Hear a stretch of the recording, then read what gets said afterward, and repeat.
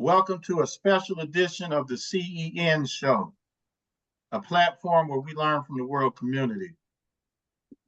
This evening on the panel, we got Brother EYERATION, original founding member of the Community Education Network. And our guest this evening is Brother Mooco. We wanted Mr. Bobby, co-host of the Counter-Racist Code with Neely Fuller Jr.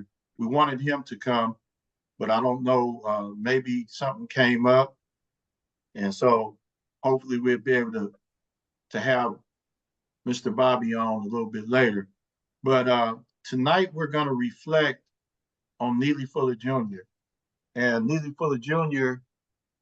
is a gentleman who brought to us counter-racist codes. And he's a man that focuses on logic to deliver anything that he has to say. And very impactful brother in my life. He impacted my life big time. Brother EYERATION introduced me to him. And so what I'm gonna do, I'm gonna go to Brother EYERATION. Brother Mooco is the featured guest. I'm gonna go to Brother EYERATION, and maybe he could tell us, you know, what he think about Neely Fuller in general. Brother EYERATION? Yeah, go ahead. Yeah, I think Neely Fuller is one of the pioneers, man. He put in real work and he said, hey, common sense and logic, man. And every time he speaks, that's what he's talking about. But he was on the front line fighting, trying to wake people up, man. And you can't ask for no more than that. Man fought all the way to the end. What, he 95? 96. Hello? Yeah, you're right. Yeah. 96? Yeah. 90, yeah. I Yeah. mean, man, so the brother was deep, man. I love him, man. I love Neely to the very end, man. Yes, I sir. agree. So, I mean, it's really about us helping each other and waking each other out, pulling each other's coattail. You know, Dr. Cambone, man, he had some good scenarios, and I just learned from all of them. I mean, it's so deep, man, and it just help awaken you. You know, it's like if you're in the forest, man, and you don't make some markers where you're going, you're gonna find yourself going around in circles. But if you make you some markers, you can come back and say, hey, I've been here before. And these are your stepping stones. History tells a deep story for those that want to learn and get into it. And then those are your markers to tell you. It's your guide to let you know where we came from and what's going on today. But, you know, and it's very difficult trying to get a lot of people to wake up and be in reality about what's going on in the world around us. Man, these people ain't joking. These people are crazy as hell. And I'm just telling you, man, this is what they do, and we got to do what we have to do, and we have to be in reality about it. If we don't, look up, we will no longer be existing on this planet. So true. Okay, Reed, you can go ahead. So true, so true. Yes, go ahead. I'm good. So, Brother Mooco, you want to tell us a little bit about your thoughts about Neely Fuller and how he impacted your life, or just in general? Well, definitely, just like Brother EYERATION, you know, definitely Neely Fuller Jr. has impacted my life and such. Well, I'll say his work has impacted my life in such a way where I have a responsibility of passing down information and codification to the generation that is behind me, all of the generations that are behind me. But more importantly, um, his work has made me realize that my actions or my inactions, or most importantly, my inactions, will directly affect the generation that I won't even get to meet. You know, I won't even get to know. And I keep that in the forefront of my mind to kind of keep me staying focused on who and what I'm actually doing this for. You know, I always tell my peers, I could really care less about you guys. You know what I'm saying? But what I do care, what I'm doing this for is your children and your children's children, which will be your grandchildren and your great grandchildren. And in return, all I would hope is that you are doing the same thing, and then that is your individual purpose, so that it could be a collective purpose. Uh, I think as long as we stay focused um, on the issue at hand without getting sidetracked, um, a lot more things will get done. So listening to Neely Fuller Jr. and listening to his suggestions over the years, following his work, following Francis Cress-Welsing's work, has definitely helped me stay focused on the problem. And the problem is simply racism, white supremacy. On the whole, the system uh, needs to be dismantled. It needs to be talked about what that looks like, um, not just left at the confusionary term of, well, things gonna get better if we just keep, or we making progress, because all progress means, just like Neely Fuller Jr. Um, suggested so many times, all progress means is that the job is not done. You know, Celebrating is a big issue that the victims of racism, white supremacy has, not according to Brother Mooco, but according to the evidence. We are too quick to celebrate when a job is not done. We're always willing to celebrate progress, which also means the job is not done. Um, and emotions, we are so deep into our emotions, and all of these things are done to us and brought to us by way of racism, white supremacy, um sponsored by, so to speak, racism, white supremacy, uh especially along with the confusion of everything which keeps racism, white supremacy alive. And lastly, before allow our brother go, um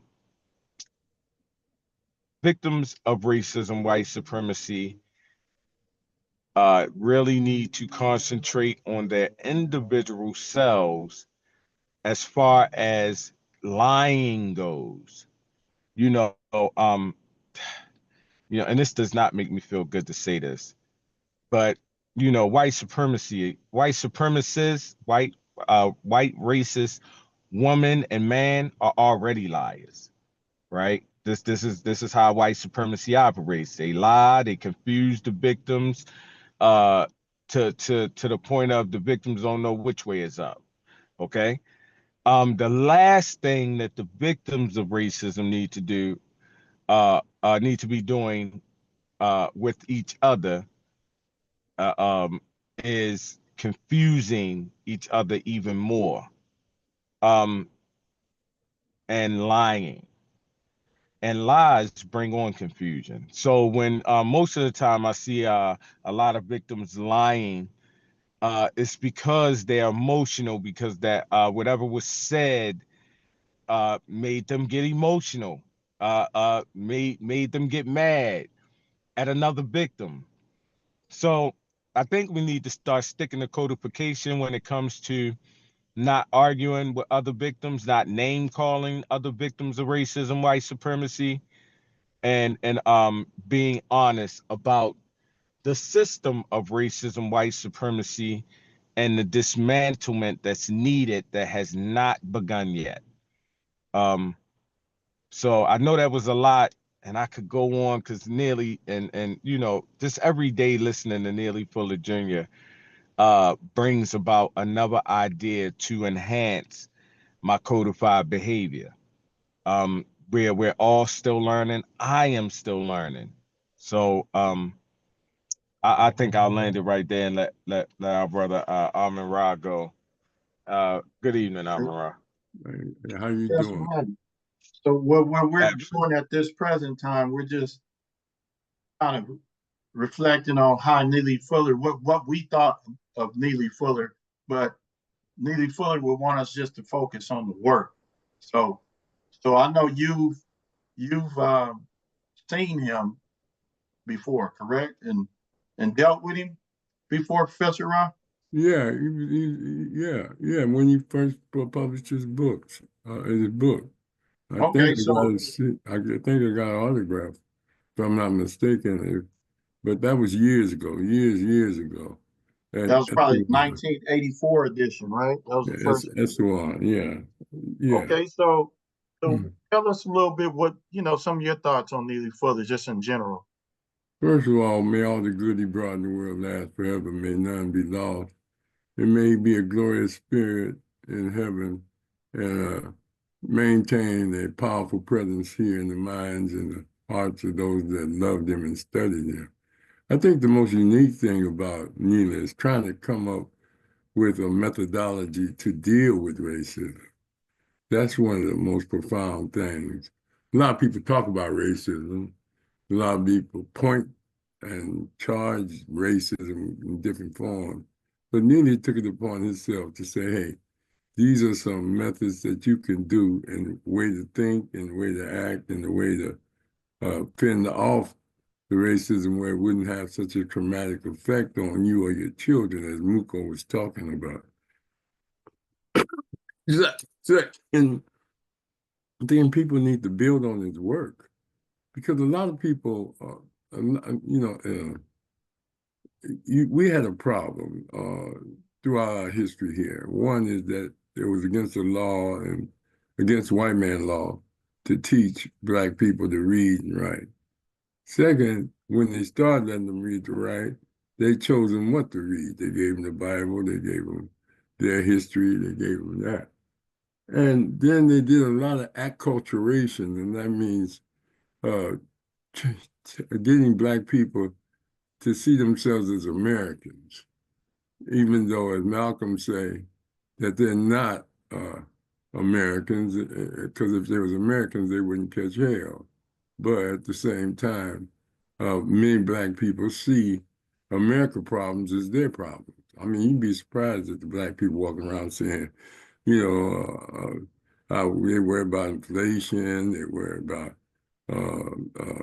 the various aspects of the wars, and this is our country, we got to defend it, and you'd be surprised. And second, you'd be surprised at the people that don't know about Francis or Neely, because no one's teaching them, and no one's playing their tapes or recommending them to read the book.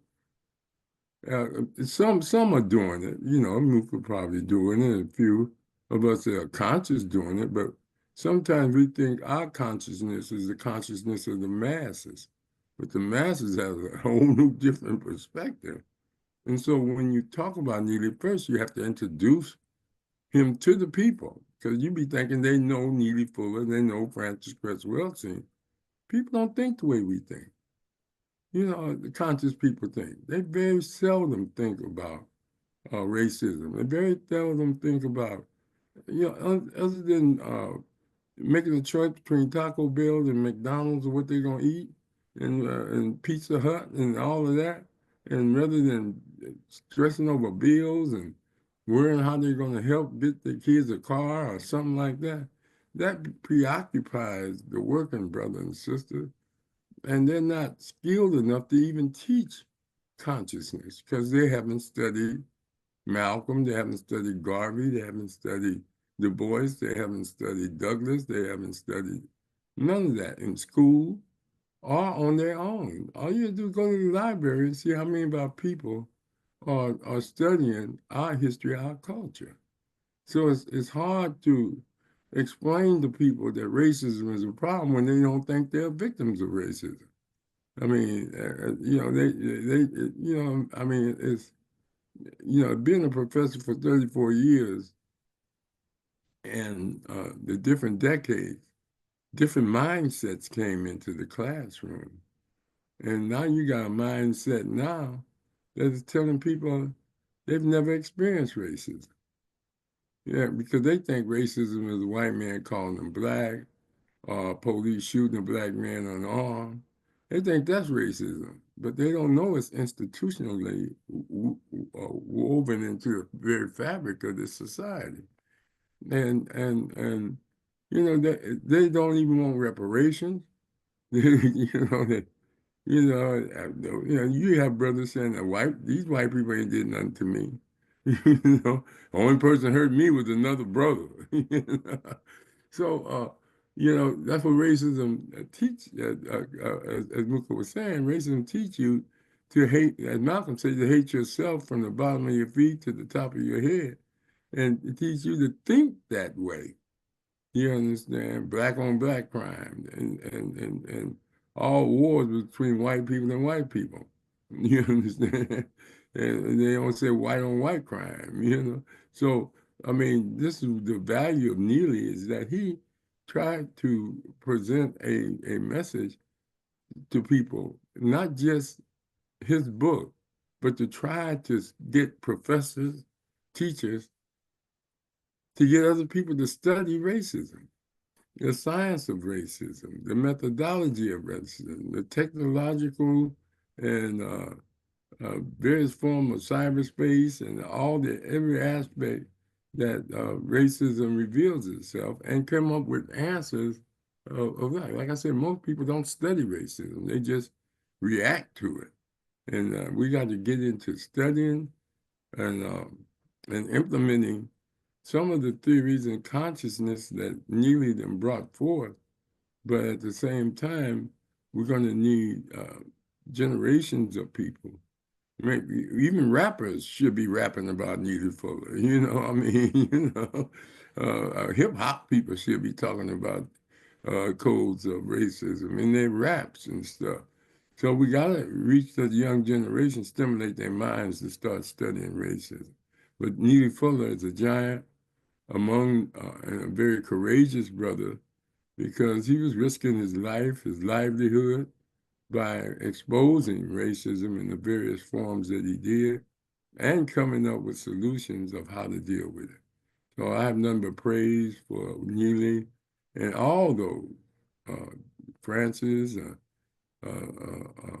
you know, E. Franklin Frazier and all the others that have brought up racism and the black psychologists that even, you know, Charles Alexander and the rest of them that are trying to deal with racism. But I think we need to build on his work, encourage classrooms and teachers and future teachers to use his books in the classroom, make tests out of them, let them write reports on it to get more people to study it and to get more people to understand who he is and why we should revere him.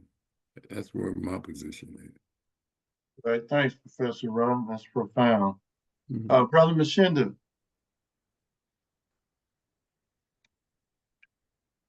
Brother Mshinda, just listening at the moment? Probably. So this is what we're gonna do. Brother Mooco have some clips on Neely Fuller. We're gonna play some of the clip. Well, we're gonna play a clip, and then everybody's gonna respond to it if they want to. And so I'm gonna start with Brother Mooco on the reflections. I mean, on it was his, and he could tell us why. So Brother Mshinda is driving right now, so hopefully you get to the house and be able to have some responses. So let's look at the first clip, everyone. I'm gonna pull it up.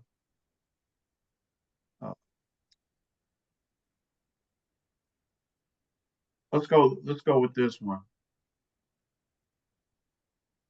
So I'm gonna let me share the screen. I need to do the where's the audio? This share sound on, okay. Here's the clip. And let's take a listen to some of the words of Neely Fuller, and then we'll reflect on it. Well, if I understand that question, no, you be the master of words. You don't let any word master you. A word is just a word. Words don't even mean anything until they have a definition. That's what gives the N word so much power. It doesn't have a definition. And if you don't believe it, you just ask the person, like I said earlier in this program. Ask the person who calls you that, what is one? Now, it's supposed to be a derogatory term, but here's where the key is to the power of that word. No dictionary tells you why it's derogatory. That's where the secret of that magic comes from. Any word that doesn't have a concise definition is extremely powerful. Wow. Why? Because if you use a word and nobody really can pinpoint exactly what it means and what it doesn't mean, all right? It's not just what it means, it's what it doesn't mean. Doesn't mean, yeah. Right. See, words have definitions, but you can use any word. You can make up a word right now and not give it a definition and go around applying it to different situations or different things or different people, and you can cause all kinds of havoc. All right? Yeah. With a word that does not have a definition. Why? Because you have control of the word. Okay, we're gonna stop it right there. Stop it right there. Okay, Brother Mooco, let's You get to the stopped it. point of what your thoughts about that clip. That that clip is very, very important to me. And I'm gonna tell you why. I'm always stressing to my peers, my fellow victims of racism, white supremacy, on how important words are and how we use them and how important um words are as far as the strength of words. I know Neely Fuller didn't go into how deep that goes, but just his introduction of being in control of the words, you being the master of words. Words get things done and words stop things from happening. That's always been just the simple the first thing that always comes to my head. So when I first heard Neely Fuller Jr. say that, and when I hear the backlash that he gets from that, or when people say, "Oh yeah, well, I hear what you're saying," but then go automatically just go right back to doing the uncodified thing and using their words so loosely. Um, that is a triggering thing for me to witness my fellow victims of racism, white supremacy do over and over and over and over again. I do recognize that it is a hard thing to correct, and me correct them and upgrade my thought, speech, and action. But I think that when I hear this clip, that's what it goes into, and if I'm not mistaken, that's what he probably is segueing into for victims of racism to understand that while the system of racism, white supremacy is in place, we should always be about upgrading our thoughts, speech, and actions until we dismantle the system of racism, white supremacy. Matter of fact, that should be the topic of every conversation until the system is dismantled, or we're just wasting time. And that's just according to the evidence. All right, thanks a lot. Brother Lyration? What I have to say about words is the white supremacists are the word masters, okay? And I pay attention to words too, and like he said, sometimes the words don't mean anything, but they are word masters. These people get on television, they can lull you to sleep with all kinds of words. And for those that understand, those are just words. That's pretty much what I got to say on that, man. But Neely Fuller is right on the money, okay? Always. Right. Professor Rahh? Yeah, appreciate what's been said, if I understand correctly. Yes, words, sometimes words have what you call covert definition. It don't appear that there's a definition, but the person that's saying it know what they mean, and the person that's listening know what they think it means. But at the same time, Neely Fuller is right when he says that words without a definition is leave it up to, interpretation, or just lead the person to ignorance, to an ignorance to a certain degree. But one of the powers that the system has is to get you to accept their reality as yours. And they use master words. The Honorable Elijah Muhammad called it trickeration. And even in the dictionary, there are words with 6 and 7 definitions. There are words that are spelled different ways, and that's the way in which the system exploits this racism and exploits its monopoly on your education by thinking you learning derogatory stuff about you and anti-African and Black people's identity and culture. And as they used to say, devil food cake is Black, devil, demonizing Black, and angel food cake is white, and so you have to be able to sometimes come up with your own definition when there ain't a definition. And some Black people have, they call it fighting words. Some call it just slang. And it's unfortunate that we have brought both words come from the dominant white society.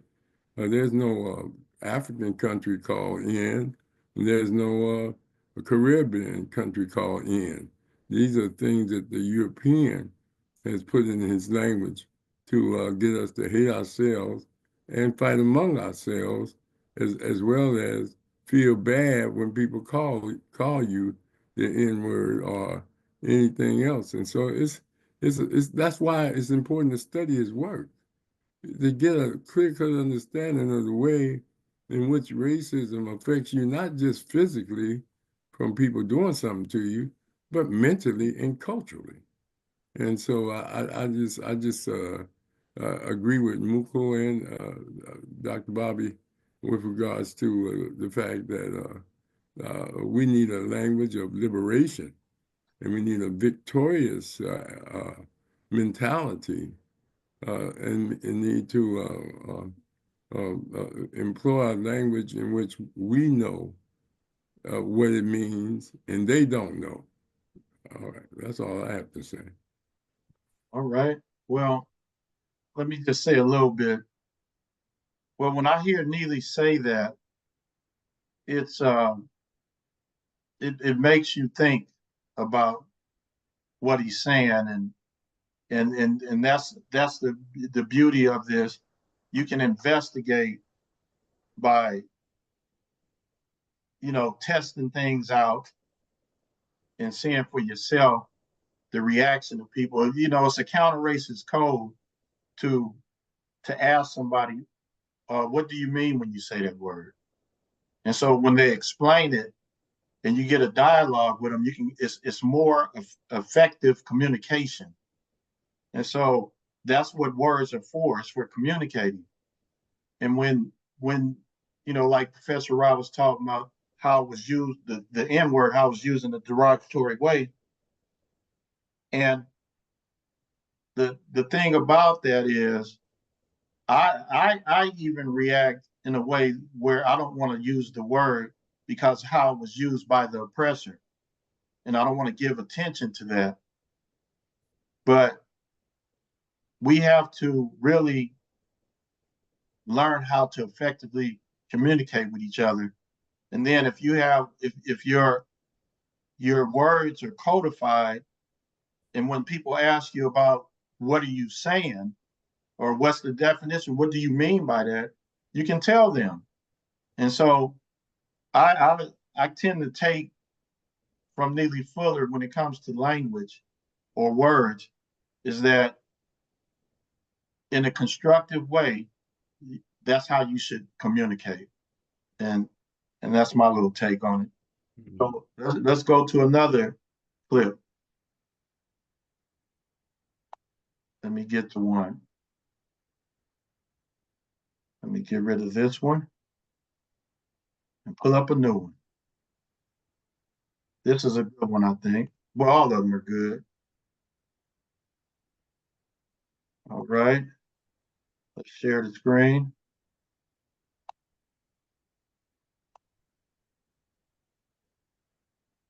Share sound. All right, here we go. Particularly in job situations, they set black people up. One thing, many white supremacists have concluded that in most cases, or in many cases, black people, non-white people, act according to their emotions. So they know what buttons to push. They just about know when they're going to fire you and how they're going to go about doing it, because they know when they're going to make you angry. They know how to make you angry. They know how to make you laugh. They know how to get you to relax. They know how to get you uptight. So they say, okay, well, we're going to get rid of that fella today. So we'll have him come in, and we'll start telling him this and telling him that and whatnot. We got our own strategies and whatnot. And we have been studying him, and we know that he has a temper. So at this point, this one thing, because white supremacists always study their victims, and they know more about their victims than the victims know about themselves, all right? The white supremacists know more about me than I will ever know about myself, all right? They make it their business to do that. So they can kind of predict behavior. And in job situations, when they get ready to get rid of a non-white person, they'll say, hey, what we'll do, we'll make him mad, because we know what will make him mad. So, you know, about 9 o'clock today, when he does this and whatnot, you go over and say to him this, and this. Now, that'll get him angry, and he's going to immediately blow up. He's going to start calling names and all like that. And today, by 5 o'clock, he'll be fired.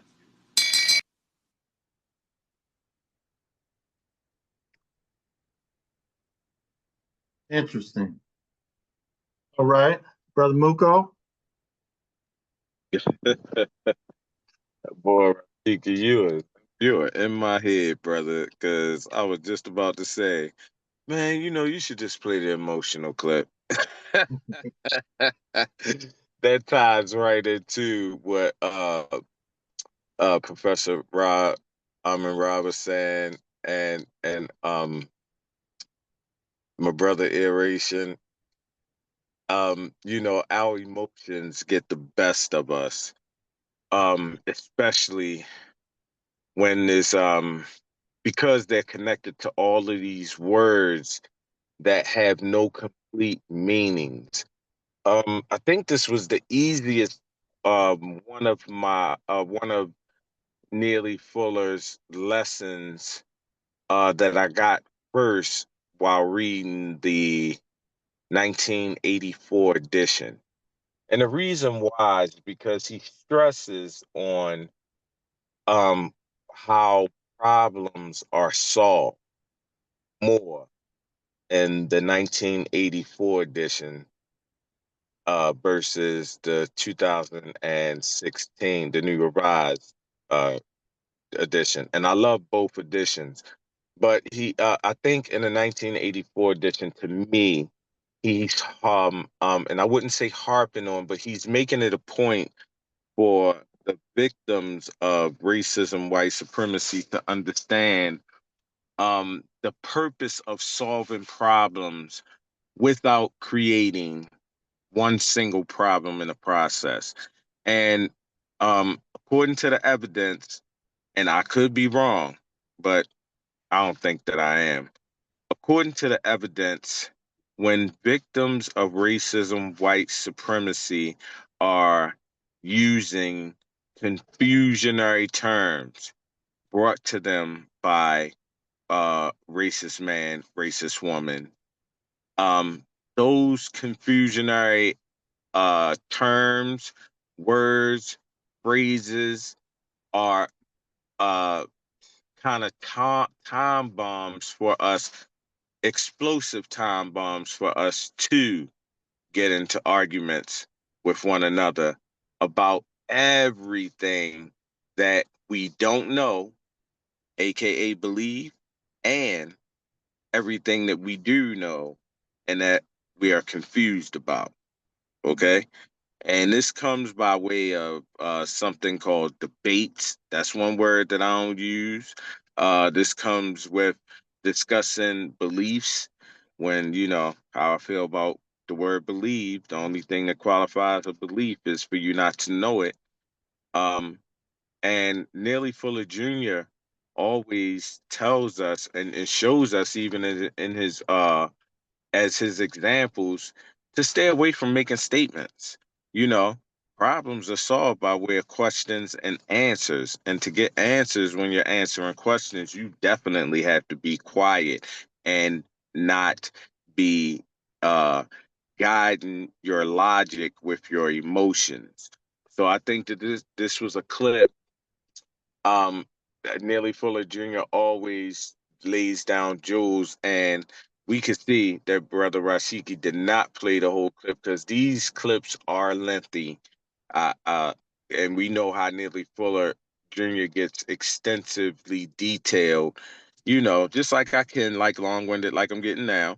So, to shorten it up a little, emotions play a big part in art and victims of racism, white supremacy arguing with each other instead of countering or even dismantling white supremacy is not even being done when we're arguing with each other. And I think that that is a great point that Neely Fuller Jr. Uh, brought up a lot in his suggestions.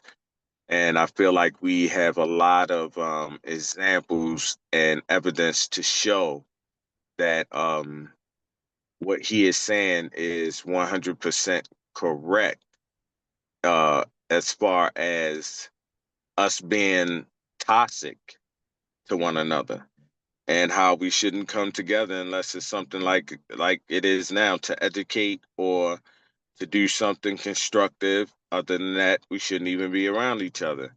I think when we exercise that no contact, no conflict um code, this counters racism, white supremacy, because as far as racism, white supremacy goes, um moments like this that's happening in the community education network is not supposed to be happening as long as the system of racism, white supremacy is in place. So this is a treat, and I appreciate and hope uh, or trust that everyone that will listen to the recording and watch the recording of this broadcast will motivate them to be present at the next broadcast so that we can get more more suggestions,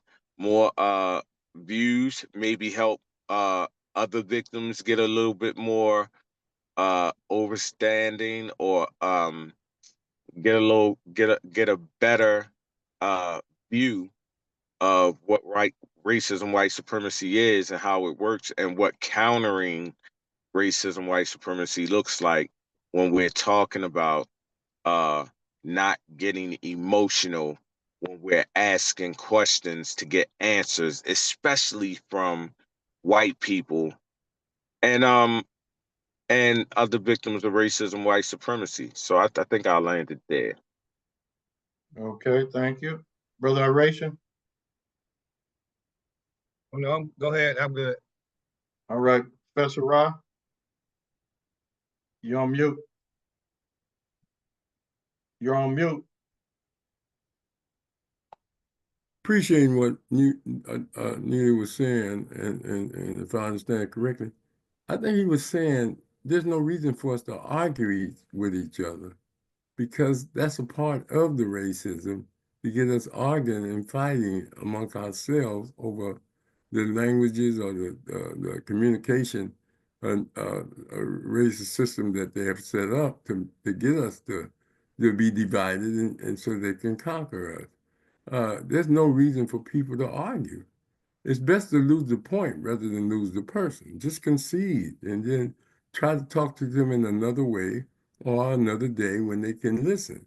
People, to get upset because you're trying to prove a point or you trying to defend off some perspective another person have or try to convert them into your way of thinking, arguing and fighting is not the way to do it, because that's what the system has set up before.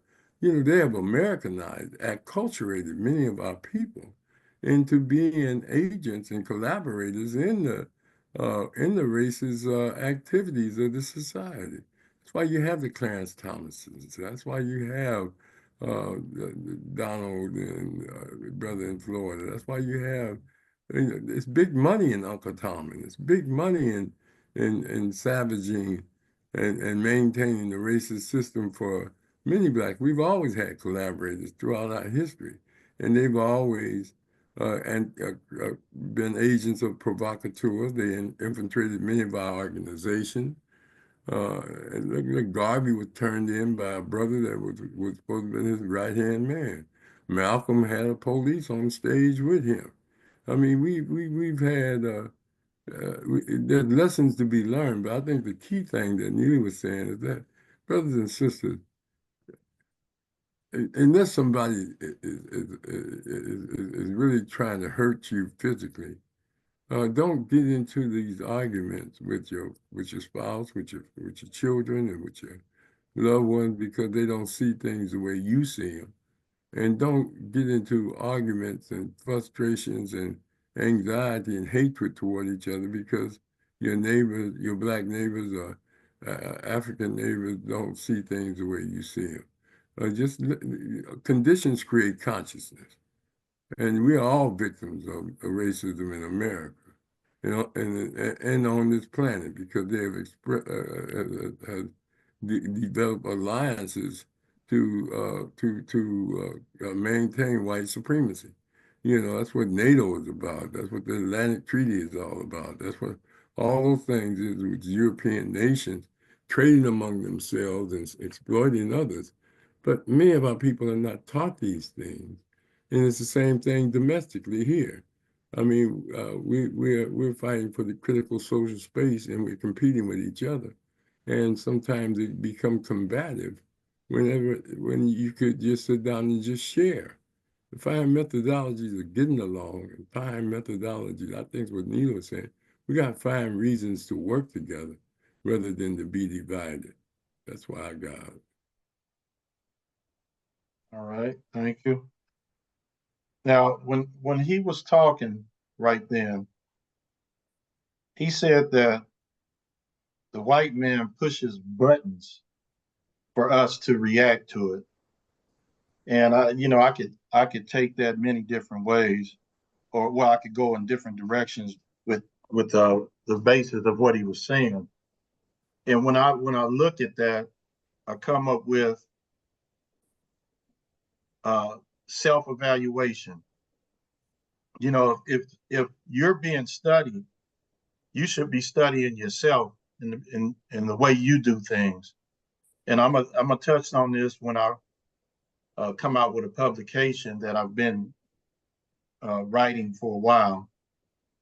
And so if you recognize that almost every moment is a learning situation, then you would tend to look at your behavior and not really go, because if you do something, there's always a result. And when you look at the result of your behavior or your actions, the learning can come in. There's learning. And so if somebody's able to get you upset and you think about it, like, why am I so upset? And why am I so emotional? You go back and reflect on what actually happened and start getting the lessons from the results of the action. And so when people start getting to the point where they're studying themselves and getting that type of focus, then you're able to grow and change. And so I'm gonna get deeper into that self-reflection and self-evaluation when I come out with the publication. So let's move on. Brother Mshinda is still not available. So let's go to another clip. Let me pull up another clip.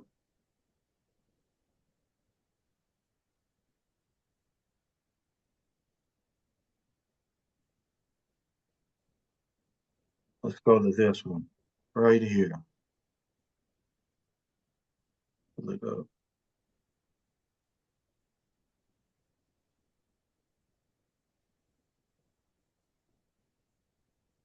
All right, let's take a listen. Listen. Showcasing is described in the 2016 version, the updated version of the text. So he said showcasing. The first word was showcasing.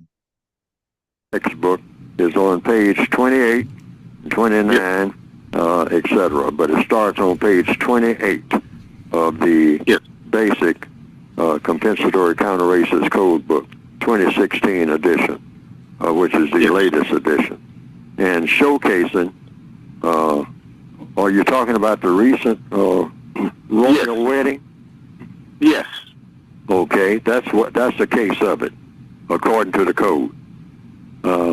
They say that the lady is part black, or biracial, which according to counter-racist science, there's no such thing as biracial.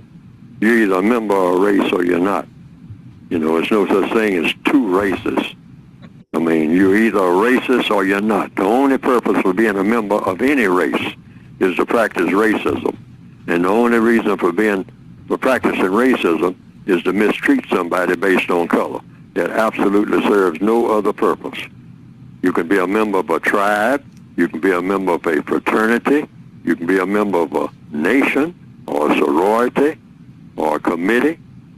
But if you're a member of a race, that's an invention of the white supremacists, presumably.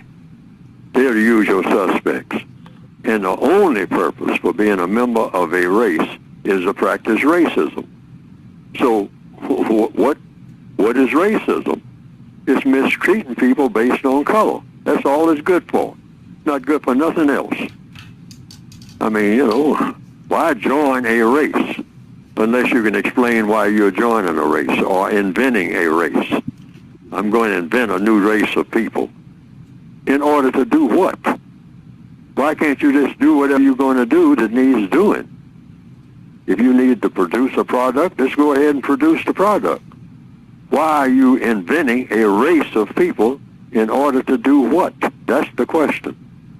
So this racial showcasing is something that the white supremacists do. And what does that mean? It means they take a few non-white people that they have classified as non-white, and they sprinkle them out among the populations of the world. And they give that few, sometimes it's money, billions of dollars, and or they will give them some type of fancy title. And then they will showcase, say out of a population, say of 40 million black people, for instance, they will take maybe 5,000 people. I mean, if you just line them up, that's quite a few people, all right? And dump $1 billion on each one of them. 5,000 black people, and each one of them gets $1 billion. Now, if you put that in a magazine and put all their pictures in there and whatnot, that'll be a pretty thick magazine. If you just turn the pages of all of these billionaires, each one of them has $30 billion, all right?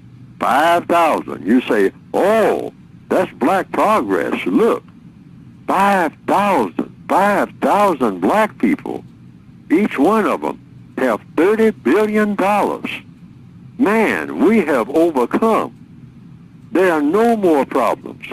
But see, you're not counting all of the millions and millions and millions and millions and millions of black people out here who don't have a biscuit to eat. All right? So that. All right.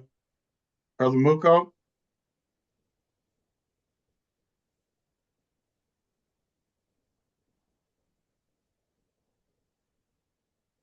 Brother Mooco, do you hear me?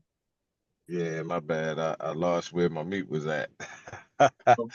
Um, this is a very, very important topic that Neely is talking about. And I would always feel so in the beginning, and I think this is maybe around the time when you first maybe started hearing me, Rashiki.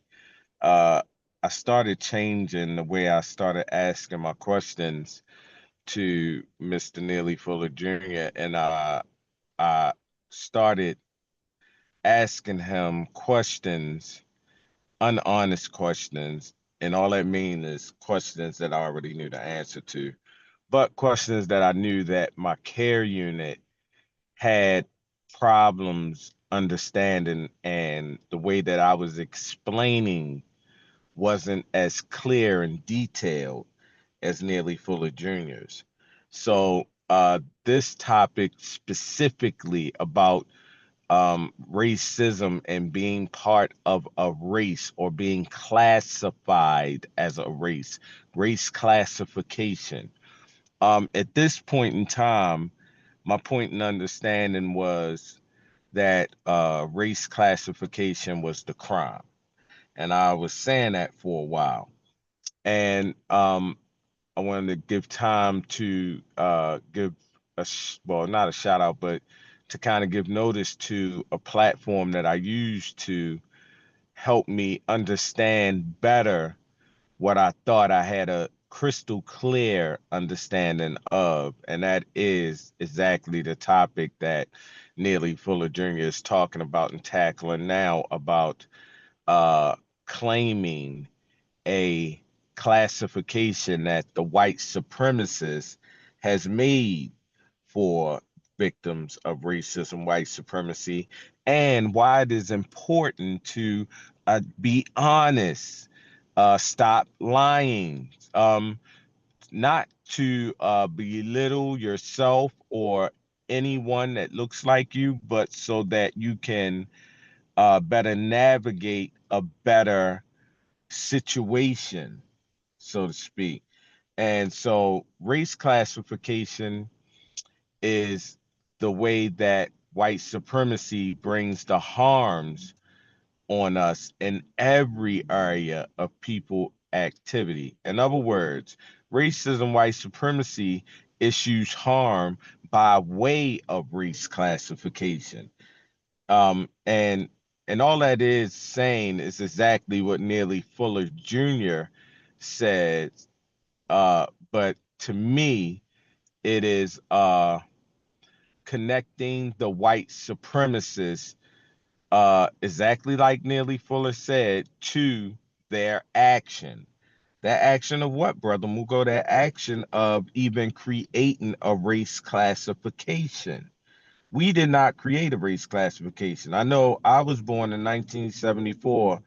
Um, my mother or my father did not tell me when I was born or when I could start talking.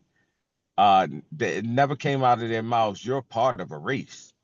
You know, my dad talked about my bloodline. He talked about his dad's dad, and my mother the same, but never no race. So that was always one thing that always stood out to me when Neely Fuller Jr. made this point. And this is also a point that we cannot be emotional about. Um, we weren't kings and queens. We weren't royalty. We are victims of racism, white supremacy. I think all of us in this space were born in this white supremacist paradigm. So with that being said, this is one of those topics that the victims of racism, white supremacy should definitely take a visit to counterracism.com. Look at that platform. That is a platform held by a brother that is actually personally knew Neely Fuller. Um, and just like Professor Armin Rahh was blessed with a chance to see Neely Fuller Jr., Francis Cress-Welsing, talk to them, touch them. But this individual that fathered this platform, counterracism.com, and that's counter-racism.com.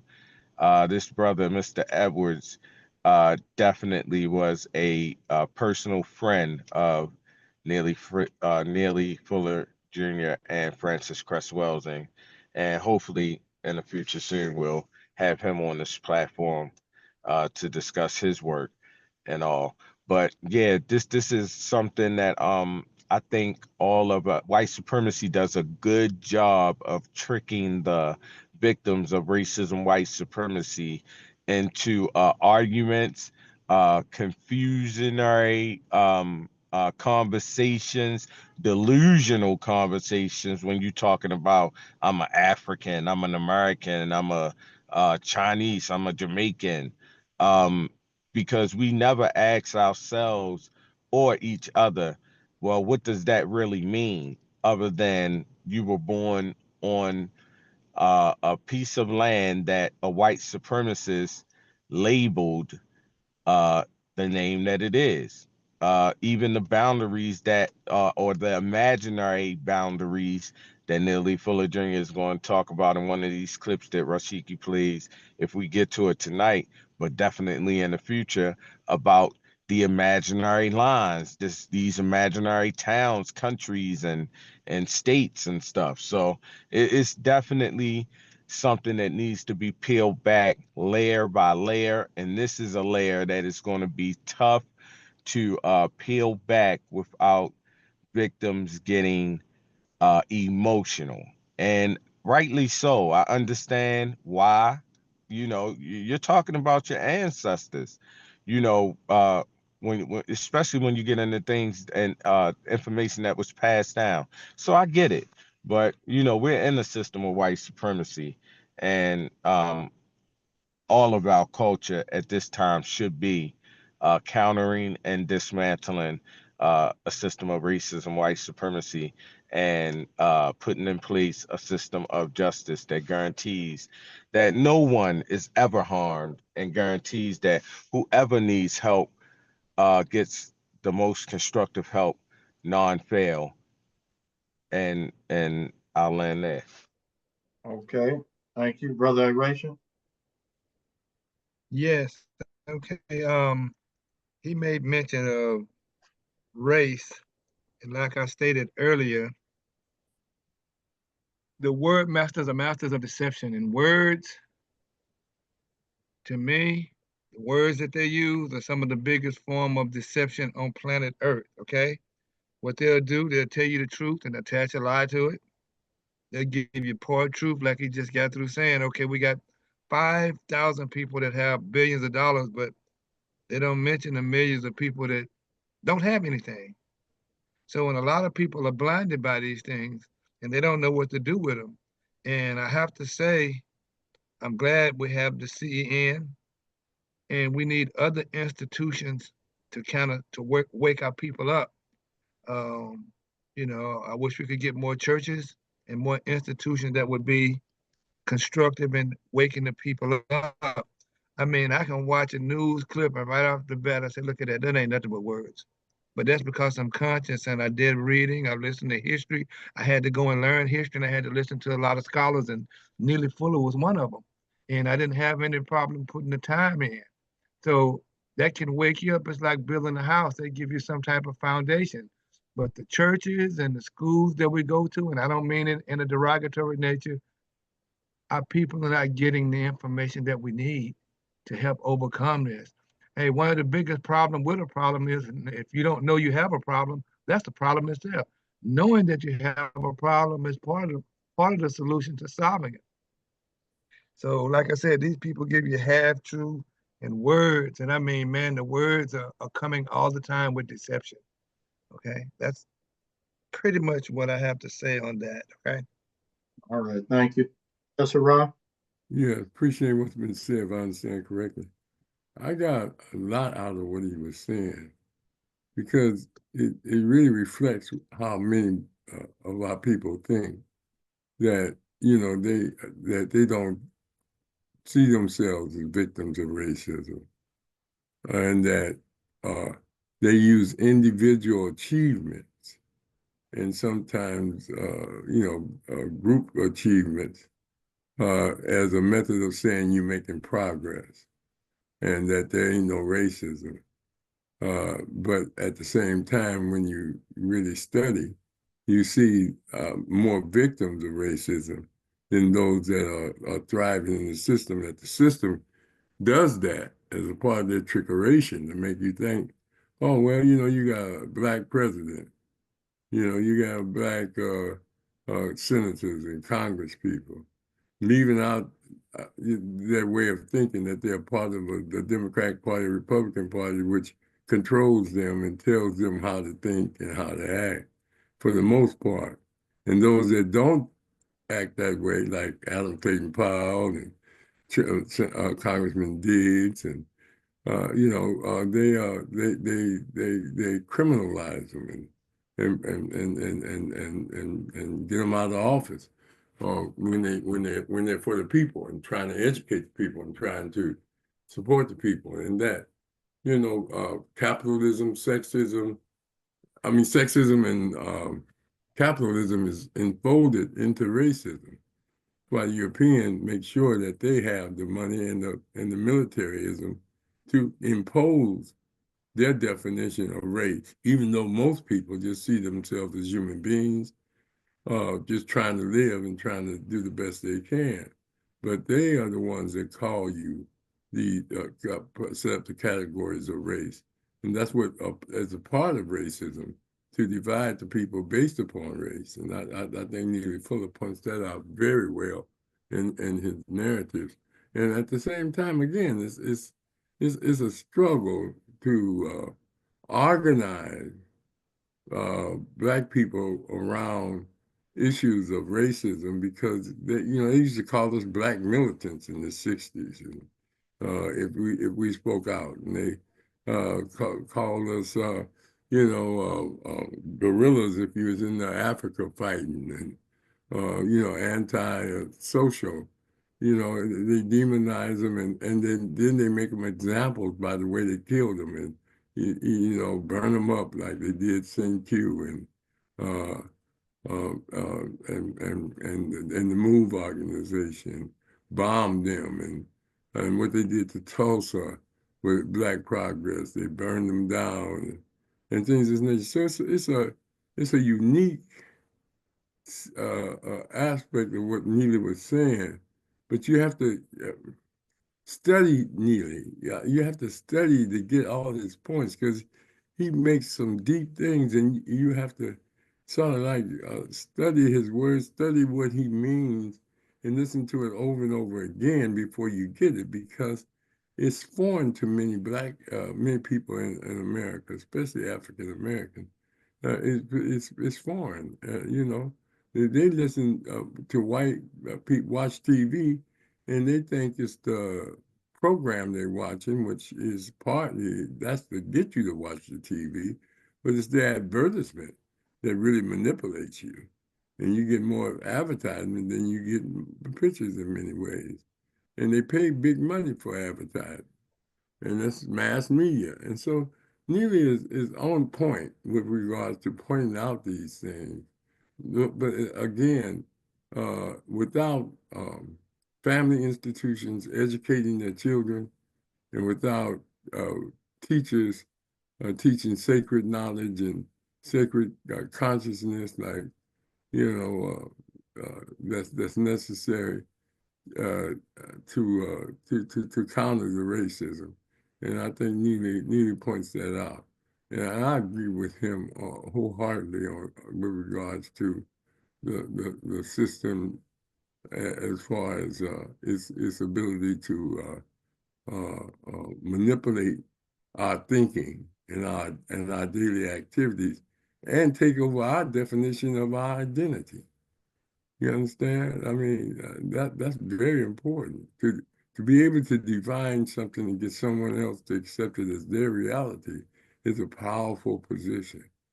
And as a professor for 34 years, I've seen so much of that. You know, the definition of beauty.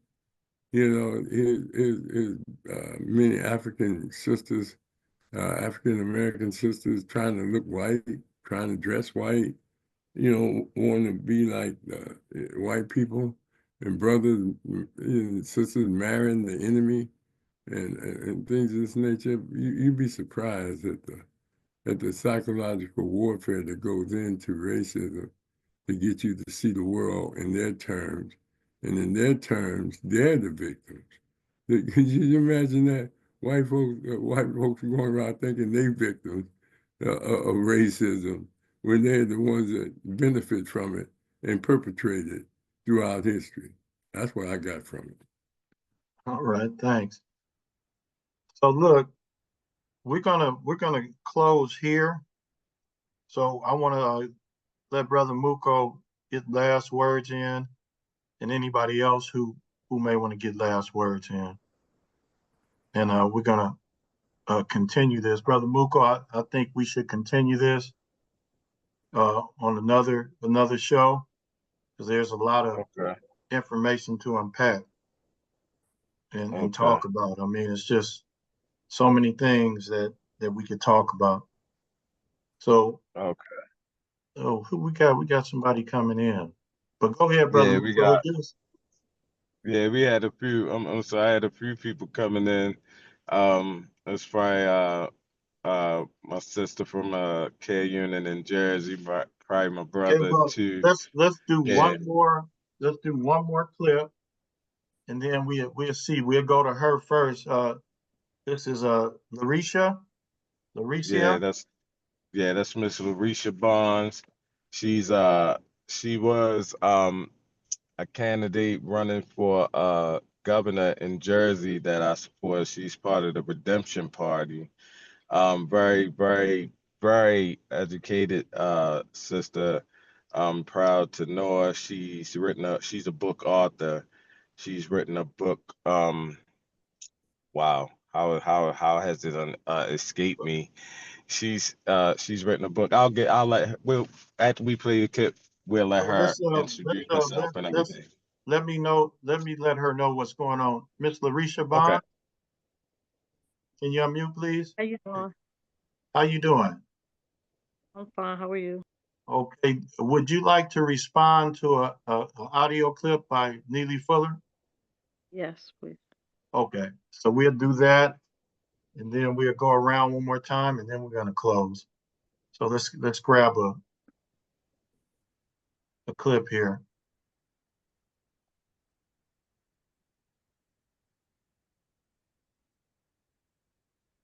Now I'm just gonna pick this one. All right. Share the screen.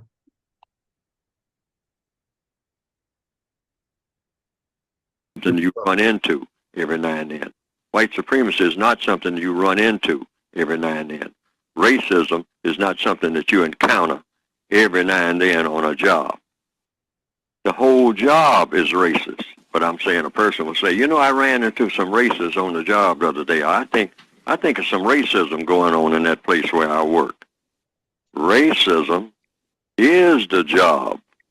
The whole thing is racist because the whole world is racist. There's nothing on this planet that's going on that is not racist. By racist, I mean what? That is not being orchestrated either directly or indirectly by those white people. Here again, I want to emphasize, not all white people. I never said that, but it's being conducted by those white people who have perfected the institution of white supremacy. That white supremacy is not something. Okay. All right. Ms. Lyreshia Bonds, you want to respond to that clip? I just want to. I was just saying, preach, because he understands how white supremacy has to do with everything. It doesn't happen to us by accident. It's not an isolated incident. It's not they were having a bad day, or they're untrained, or they don't know what they're doing. They know exactly what they're doing to us. They know why they're doing to us, and they know that they're going to get away with it, or they assume they're going to get away with it because that's the system that was built.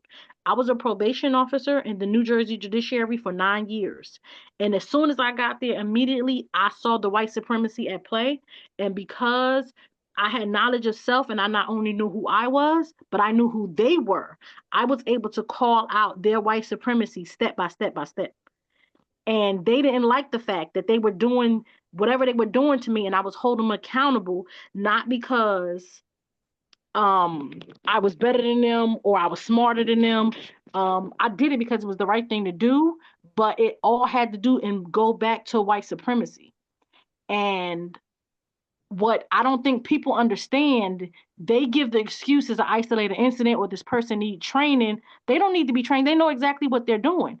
And they're not just discriminating against us in the workplace or violating policies or this DEI. No, they are literally breaking the law against us.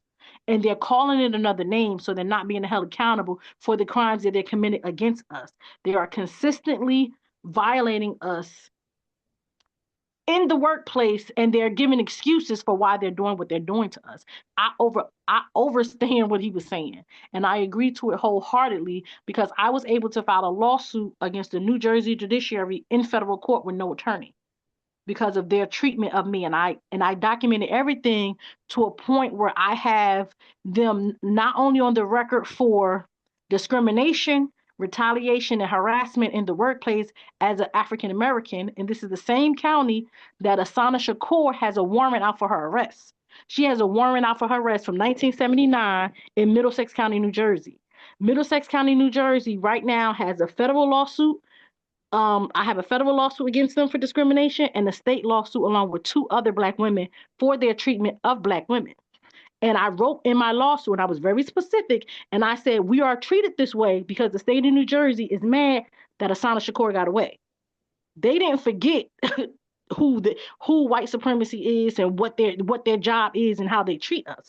They assumed that I would go along with it. So I understand everything he said in that. But not only do I have them for the discrimination, the harassment, and retaliation in Middlesex County, I also have them for the money laundering, the fraud, the public corruption, the official misconduct, and I have them on the hook for white collar crimes that they have been committing against us, and how they use the judicial branch of government to money launder, to commit fraud against us as workers, not even the people who are accused of the crimes. But I understand it, and I was able in my lawsuit to document how the judicial branch of government, not just the police, targets Black people systematically for the purposes of money laundering, fraud, witness intimidation, official misconduct. So I understand everything.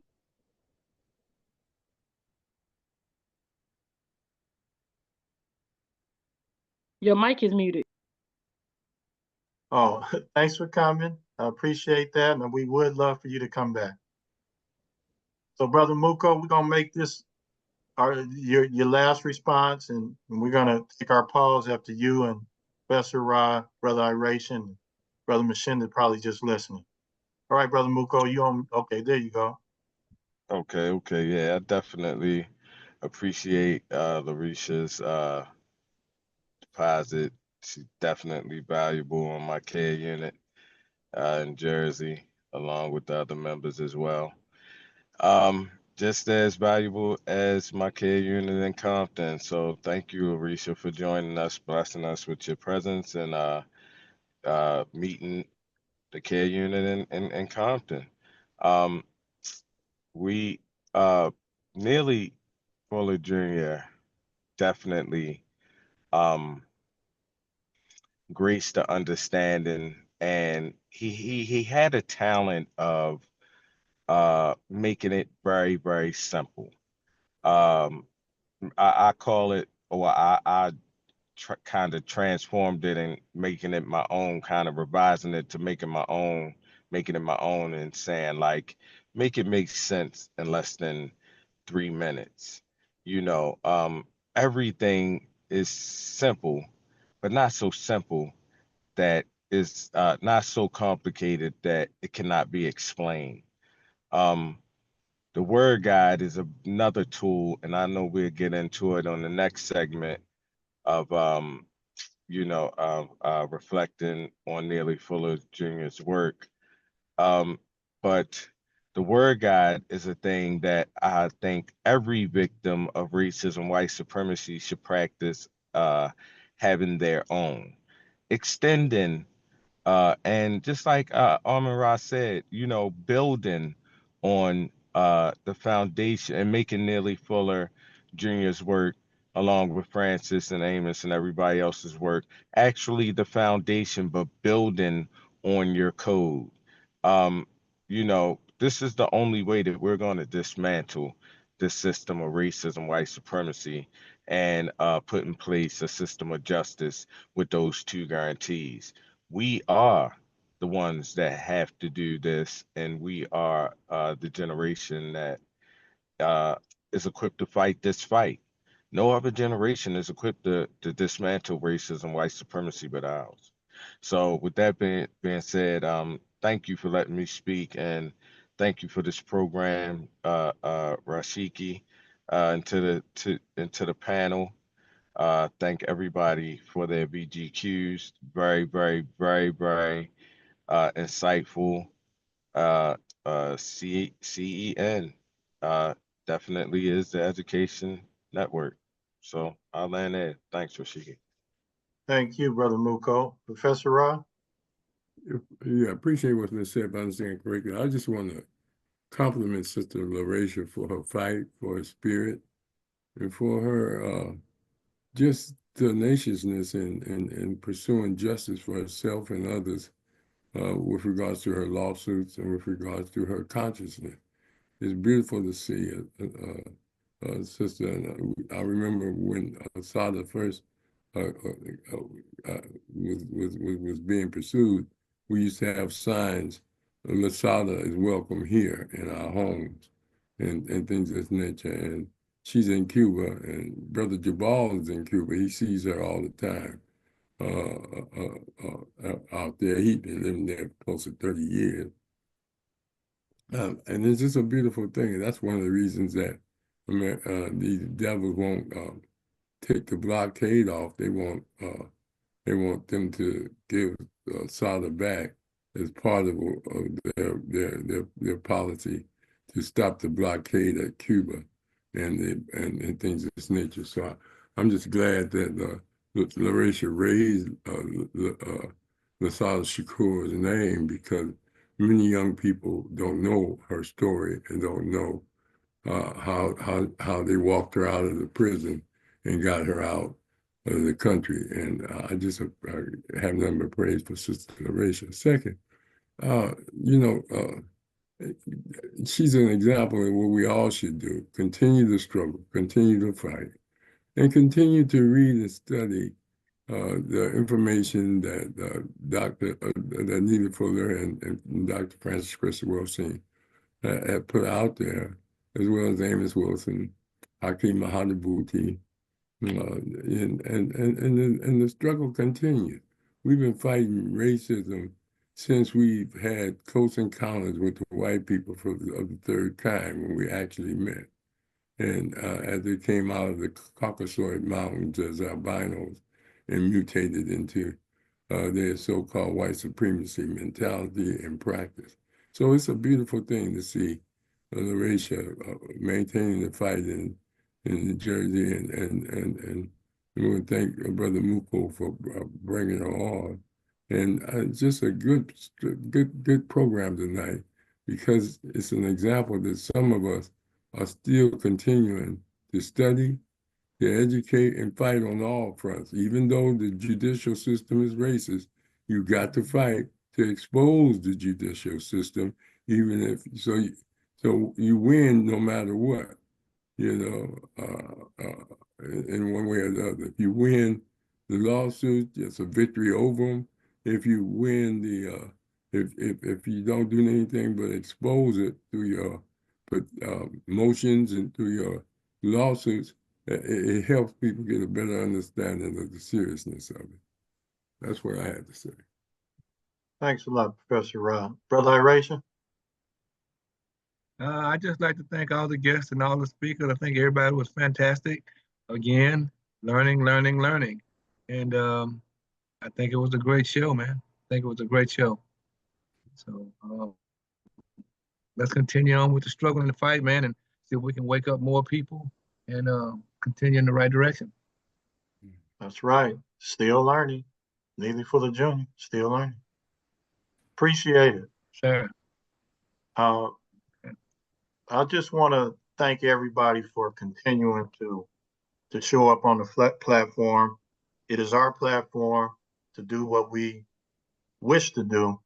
And all of us here would like to see a better situation. So I appreciate everybody, and we will keep doing it. And Lyreshia Bonds, I hope you come back. And also, if you're interested in being a guest, you can check with Brother Mooco, and he will connect us. Appreciate you coming this evening. And to everybody, keep it going. Keep it going. Each one teach one in Conscious Corner. Let's continue. Later on, we're going to take our pause.